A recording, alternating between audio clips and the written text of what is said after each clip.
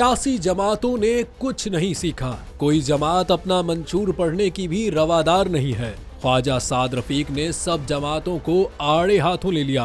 लाहौर में साबिक वज़ीर आला गुलाम हैदर वाई की बरसी तकरीब से खिताब करते हुए ख्वाजा साद रफीक ने कहा कि गलती चंद लोग करते हैं, सजा सारी जमात को मिलती है। जो आज बारी दे रहे हैं उन्हें पहले ही कह दिया था कि अब आपकी बारी होगी। उन्होंने बलूचिस्तान की हालत पर तशवीश का इजहार करते हुए कहा कि वहां सियासी जमातें काम क्यों नहीं करती, वहां से इलेक्टेबल्स को लिया जाता है जो वक्त आने पर भाग जाते हैं। साद रफीक का मजीद कहना था कि गलतियां सब ने की, लेकिन कोई तस्लीम करने को तैयार नहीं, कोई भी खुद एहतसाबी के अमल से गुजरने को तैयार नहीं है।